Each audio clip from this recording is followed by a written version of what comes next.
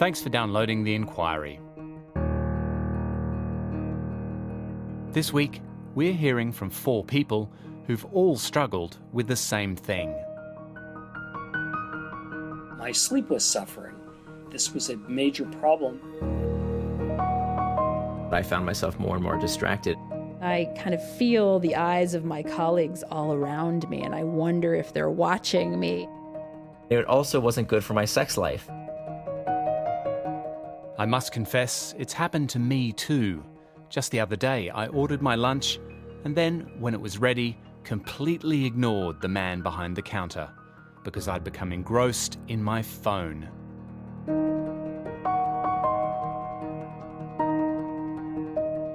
"10 years ago, the original Apple iPhone went on sale and the smartphone revolution began. 10 years later, many of us hold in our palms or pockets incredible tools to connect, create, and learn. But like our expert witnesses this week, if you own a smartphone, I'm sure you've got a story about how you or someone you know might be using it a bit too much. I'm James Fletcher, and on The Inquiry this week, we're asking, why can't we stop looking at our phones?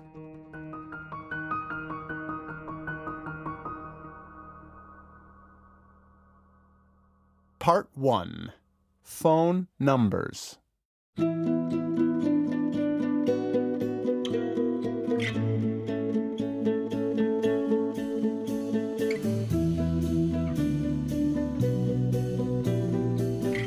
One time we had a guest lecture in my class, and I went and sat in the audience. This is Larry Rosen. He's a professor of psychology at California State University. And literally right next to me, there was a student, knowing he was sitting next to me, who spent the entire lecture on his phone answering text messages and checking Facebook.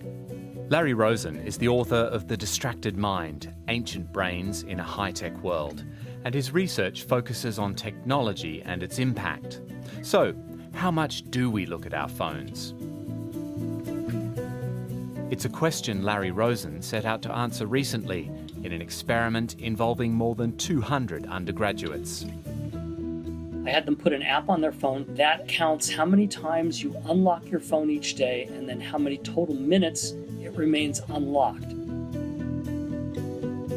We were exceedingly surprised to find that the average young adult unlocked their phone 60 times a day for a total of about 220 minutes. 220 minutes. That's over 3.5 hours, a lot of time.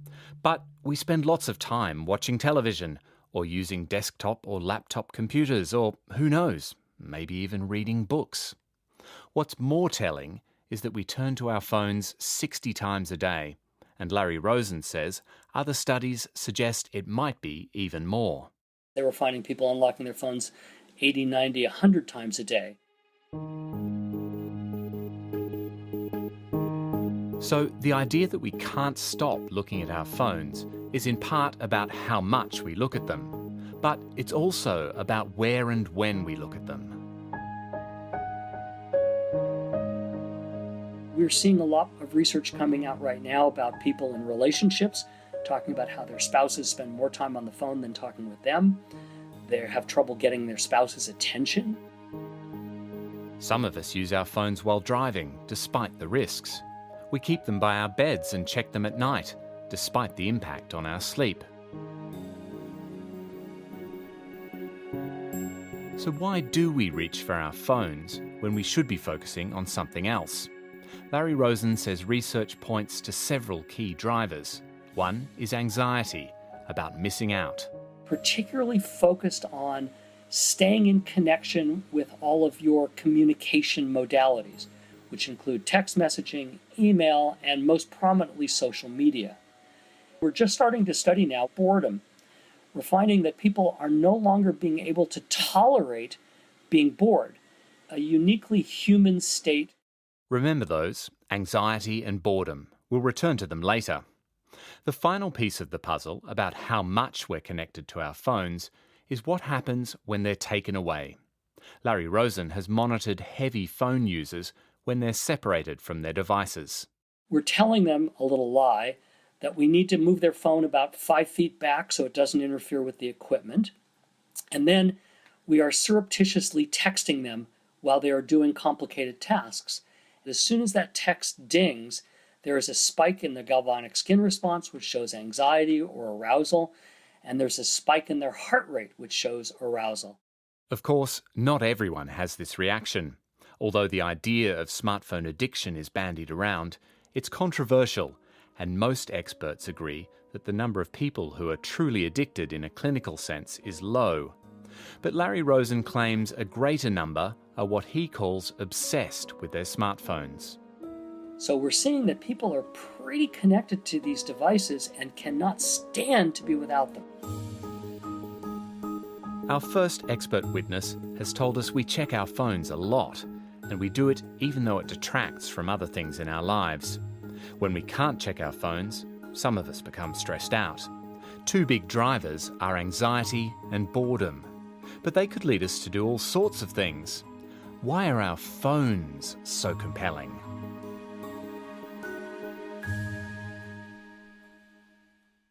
Part 2. The Psychology of Compulsion.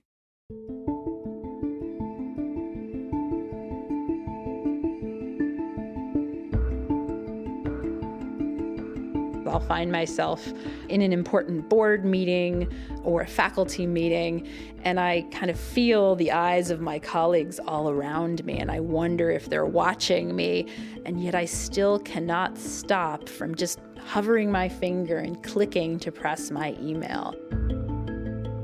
Our second expert witness, struggling with her phone use, is anthropology professor Natasha Schull from New York University. Even the most rational of us, or those who like to think that we're rational and in control and have some measure of willpower, are quite defenseless when all of these interfaces and buttons are just hovering right there, promising something. Natasha Schull is an expert in how things can be designed to be compelling and addictive. If you look at what is compelling to us as a species, it's very often things like sex, other people, food, but now we've got this computerized technology. It's like taking the natural formula for what is compelling and addicting and just intensifying that. So what is the natural formula for what's compelling and addictive? Well, I always find it very illuminating to return to the 1950s and 60s and the work of B.F. Skinner, known as the father of behaviorism. B.F. Skinner was an American psychologist who conducted a series of famous experiments to discover how behaviour is shaped by rewards or punishments. He put animals, like pigeons, in cages known as Skinner boxes, where they could press a lever to get a reward such as food. If the two are directly linked, so every press on the lever delivers the same amount of food, it turns out that is not so compelling and addicting because it has predictability. You know when the reward's going to come, so you press and then you go about your business, and when you're hungry, you come back. So Skinner experimented with other relationships between action and reward. What he discovered in the 50s and 60s was the most compelling and addictive form of reward schedule is called the intermittent variable ratio reinforcement schedule, which is a real mouthful, but it boils down in plain English to not knowing how much you're going to get and not knowing when it's going to come. If the animals knew that pressing the lever would result in food, they only pressed it when they were hungry. But if they pressed the lever, and sometimes they got food and sometimes they didn't, they kept on pressing. They became hooked. To explain his work, Skinner likened the pigeons to gamblers at slot machines. He said, you can go to Atlantic City and see people sitting at slot machines. What's keeping them there? Well, that same thing is keeping the pigeons pressing these levers. Natasha Schull has written a book called Addiction by Design about how slot machines work. She says the key for humans as much as animals is the variable reward, not knowing what you're going to get. We're kind of built to figure things out and to find incredibly fascinating what is uncertain and unknown and what you can't quite puzzle out. B.F. Skinner wasn't just observing a natural formula for addiction. More controversially, his work also suggested that by designing the system of rewards, you could influence behaviour. It's something slot machine designers had already figured out. They view the world really as this big experimental laboratory. They put things out in the world, they see how people respond, and then they pick what works best. And it's worked extremely well. Slot machines generate the majority of casino profits. Players also become addicted 3 to 4 times faster than other gamblers.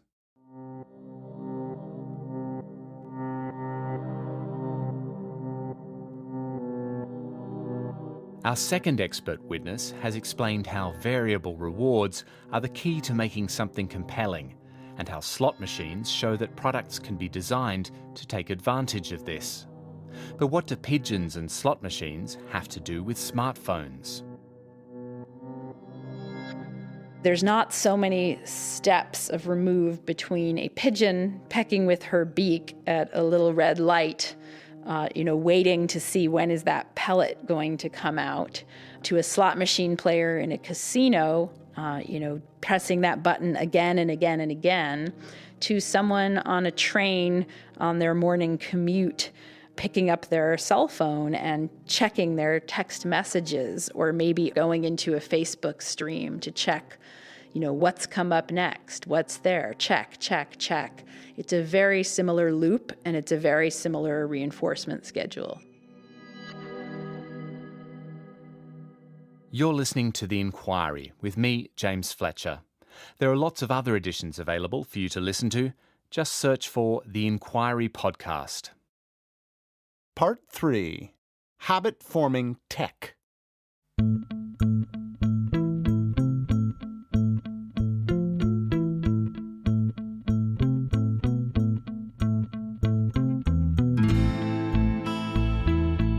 So a few years ago, I had this problem where I found that every night I was going to bed later and later because I was on my device, and that wasn't good for my sleep schedule. This is Nir Eyal. And it also wasn't good for my sex life. Nir is a successful author and entrepreneur. His success sprang from an insight he had while running his own tech startup company. I was at the intersection of gaming and advertising, and this was back in 2007 when we started the company. And those two industries are really dependent on changing user behavior. And what I found was that there was a lot of techniques that were being used, but nobody was kind of connecting those back to sound psychology principles. So Nir Eyal set about developing a theory that took the insights of people like B.F. Skinner and applied them to the tech world. The result was a book called Hooked: How to Build Habit-Forming Products. He says you start with a trigger, like a notification, and then move to a reward, ideally a variable reward. The mother of habit-forming technology is probably email. I mean, email is a fantastic variable reward mechanism because we've all seen how email sometimes can deliver good news, sometimes it's bad news, sometimes it's irrelevant, sometimes it's super important, and that variability keeps us guessing. It's easy to see the factors at play on our phones.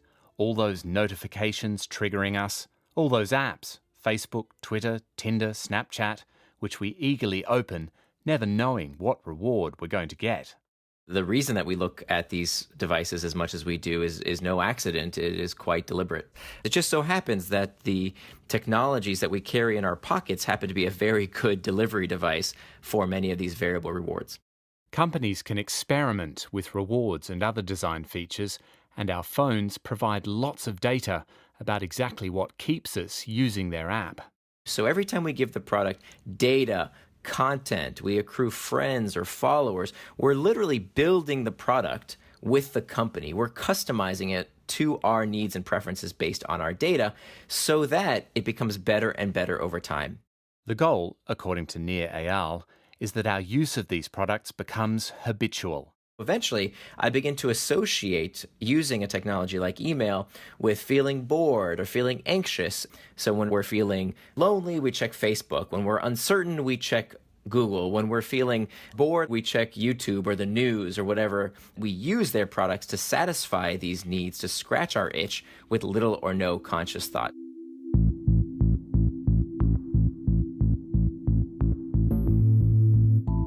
So why can't we stop looking at our phones? Our third expert witness has explained how companies use the psychological principles we heard about in part 2 and powerful technology to get us, in his words, hooked.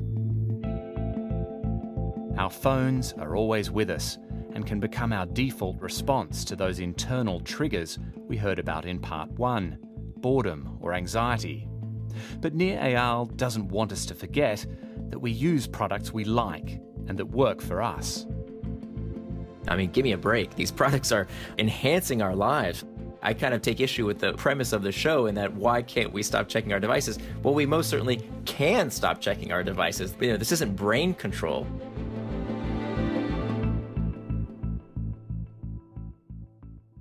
Part 4. What's in it for you?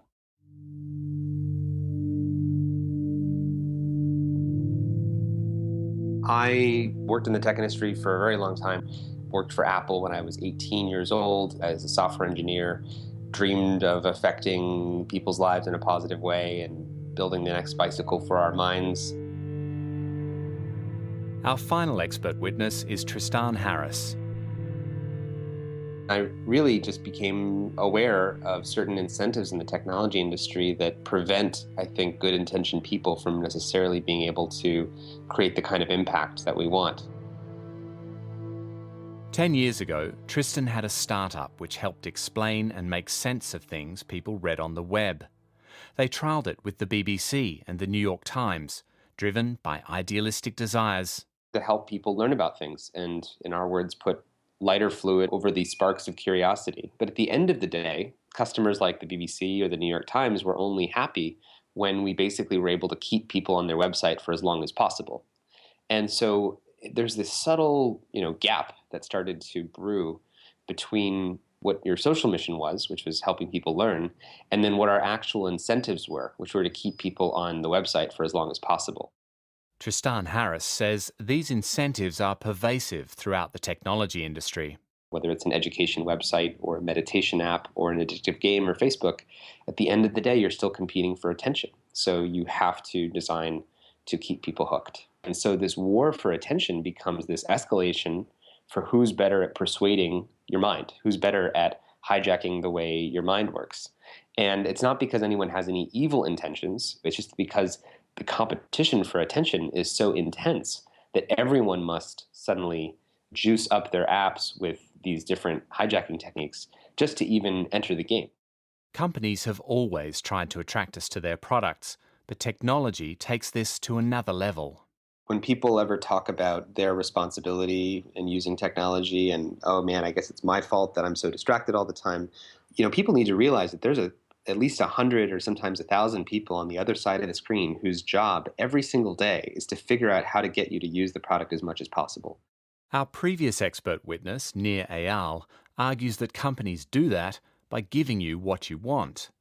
But Tristan Harris suggests what we want might have a downside. Facebook finds out that when it shows you articles that generate outrage, which is very common today, it can put more of those articles in front of you because it gets more traffic.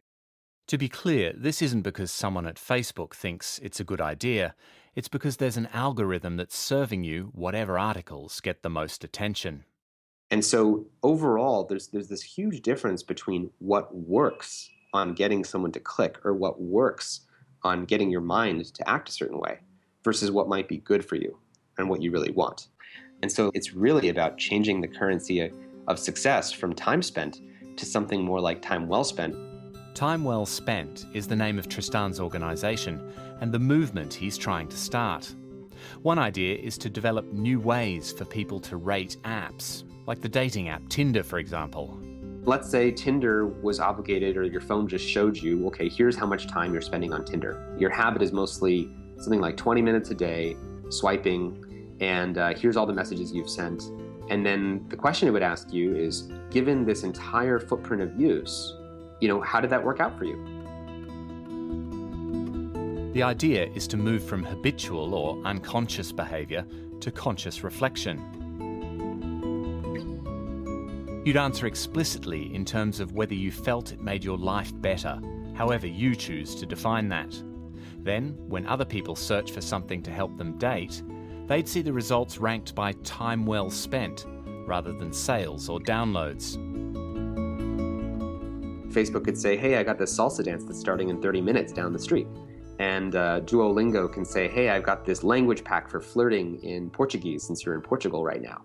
And each of these apps would be competing for what would actually help you the most right now, not competing for how can I get your attention right now. That would require big changes from Apple and Google, who control the main smartphone app stores and environments. At the moment, there's no great clamour for this to happen. But Tristan hopes there's a precedent for people demanding something different once they realise what goes into the products they consume. So time well spent, we metaphorically talk about it as something like what the organic movement was for the food industry. Before organic, it's a bunch of farmers making lettuce, and it's all about who can put the lettuce on the shelf for the cheapest price. So how can we change the game so that it's not a race to the bottom? And the organic movement did that. The organic movement was able to create a market for products that were more expensive by encouraging people to value things like food that's pesticide-free. Tristan Harris hopes to do the same for products that decide not to use certain persuasive techniques. If I did that today, you would think no one likes that product, no one uses that product. But in a world of time well spent, which is metaphorically the organic kind of label or interest, movement that this is about, that product would be rated and rewarded for how much benefit it provides, not how much time it gets from your life. So why can't we stop looking at our phones? Our expert witnesses have explained how compelling our phones are and how this isn't just because they're packed full of useful features. Tech companies are competing for our attention and using powerful techniques to get it. The question we haven't answered is the one that lies at the heart of many political debates in consumer society. Are those techniques so powerful that we need help to resist them? Or is our free will enough? And does it even matter? We'll leave that one to you. But if you feel the need to cut back, here's a tip from Nir Eyal, the man who teaches companies how to get us hooked. Everyone should take 5 minutes and just change the notification settings so that you don't get these constant pings and buzzes from the app makers. Change the notification settings.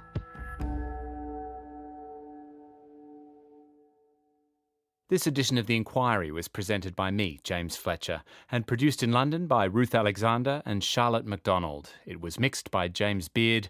The editor is Richard Knight. Next week, Ruth Alexander is asking what happened to Europe's migrant crisis. And don't forget, you can catch up with all of our past programmes if you search for The Inquiry Podcast. And before you go, there's one other podcast we're recommending too. Our colleagues have made a 5-part series called Intrigue, Murder in the Lucky Holiday Hotel. Check it out, it's gripping.